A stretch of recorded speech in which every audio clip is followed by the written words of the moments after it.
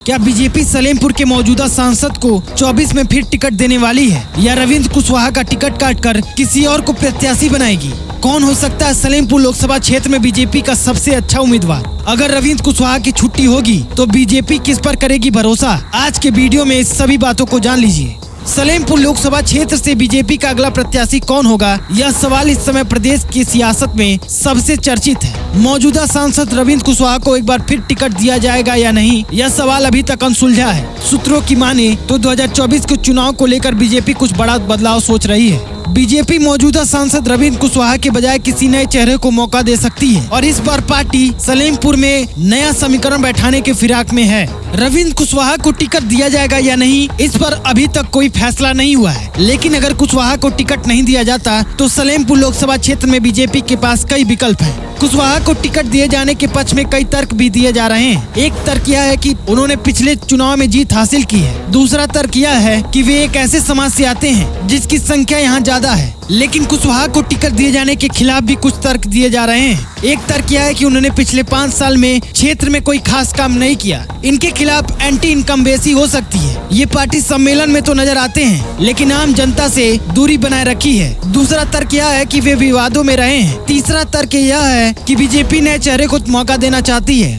पहले सलेमपुर सीट के समीकरण को समझ लेते हैं, फिर बताते हैं कौन हो सकता है 2024 में बीजेपी से प्रबल दावेदार। सलेमपुर लोकसभा क्षेत्र में 5 विधानसभा क्षेत्र शामिल हैं, जिसमें भाटपा रानी, सलेमपुर, बेलथरा रोड, सिकंदरपुर और बांसडीहा शामिल हैं। इसमें भाटपा रानी और सलेमपुर देवरिया जिले में आते हैं, जबकि बांसडीहा, बेलथरा रोड और सिकंदरपुर बलिया जिले में आते हैं। रविंद्र कुशवाहा ने 2014 और 2019 में लगातार 2 बार सलेमपुर लोकसभा सीट से जीत हासिल की है। लेकिन अगर इस बार कुशवाहा को टिकट नहीं दिया जाता है तो सलेमपुर लोकसभा क्षेत्र में बीजेपी के पास कौन से विकल्प हैं, यह भी जान लीजिए। अगर बीजेपी के विकल्प की बात करें तो सबसे पहला नाम आता है राजेश सिंह दयाल का। दयाल भाजपा के प्रदेश संयोजक हैं और देवरिया जिले के रहने वाले हैं। वह सामाजिक कार्यों में सक्रिय हैं और उनके द्वारा स्थापित राजेश दयाल फाउंडेशन स्वास्थ्य और गरीब लोगों की मदद के क्षेत्र में लगातार महत्वपूर्ण काम कर रहा है। इनके संस्था द्वारा लगाए जा रहे स्वास्थ्य कैंपों में खूब भीड़ उमड़ रही है। आम लोगों का जुड़ाव जबरदस्त देखने को मिल रहा है। गाहे बगाहे विपक्षी भी इनके द्वारा किए जा रहे सामाजिक कार्यों की चर्चा कर रहे हैं। विपक्ष के एक नेता ने नाम न छापने के शर्त पर बताया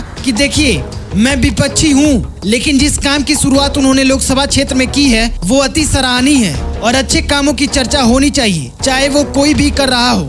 बता दें कि दयाल के नेतृत्व में भाजपा ने जिले में सशक्त संगठन तंत्र की स्थापना की है। इनकी सलेमपुर के हर तबके पर अच्छी पकड़ है, तो हो सकता है कि पार्टी इस बार इन पर भरोसा दिखाए। दूसरा नाम है पुनीत शाही का। साहिल सलेमपुर लोकसभा क्षेत्र में दावेदारों में सबसे कम उम्र के हैं। वह देवरिया जिले के पिंडी के रहने वाले हैं और सामाजिक कार्यकर्ता के साथ साथ 2006 से भाजपा के सदस्य हैं। साहिल 2019 में भी बीजेपी से टिकट मांग रहे थे और इस बार भी सलेमपुर से टिकट की दावेदारी में हैं। तीसरे हैं नागेंद्र पांडे। कांग्रेस से बीजेपी में आए नागेंद्र भी इस क्षेत्र में दावेदारी कर रहे हैं। 2 बार कांग्रेस से चुनाव लड़ चुके हैं लेकिन अब भाजपा में शामिल हैं। वह 2019 के चुनाव में भी सलेमपुर और बलिया से टिकट मांग रहे थे लेकिन उन्हें मौका नहीं मिला। इस बार फिर से दावेदारी करते दिख रहे हैं। इसके अलावा संभावी पीठाधीश्वर और काली सेना के संस्थापक आनंद स्वरूप भी इस क्षेत्र में काफी सक्रिय दिख रहे हैं। माना जा रहा है कि 2024 में सलेमपुर से दावेदारी कर सकते हैं। इनकी पहचान एक हिंदुत्व नेता के रूप में की जाती है। बांसडीहा विधानसभा के कुशहरा गांव के रहने वाले योगेश्वर सिंह भी इस क्षेत्र में अपनी दावेदारी कर रहे हैं। बता दें कि यह अभी स्पष्ट नहीं है कि भाजपा किस दावेदार को अपना उम्मीदवार बनाएगी। पार्टी नेतृत्व विभिन्न दावेदारों के बीच विचार विमर्श कर रही है। हालांकि यह संभावना है कि पार्टी किसी ऐसे चेहरे को चुनेगी जो जनता के बीच लोकप्रिय हो और पार्टी के टिकट पर चुनाव जीतने की जिसकी संभावना अधिक हो। वैसे आप इस पर क्या सोचते हैं? इस लोकसभा क्षेत्र से कौन होना चाहिए उम्मीदवार? कमेंट करके अपनी राय जरूर दें।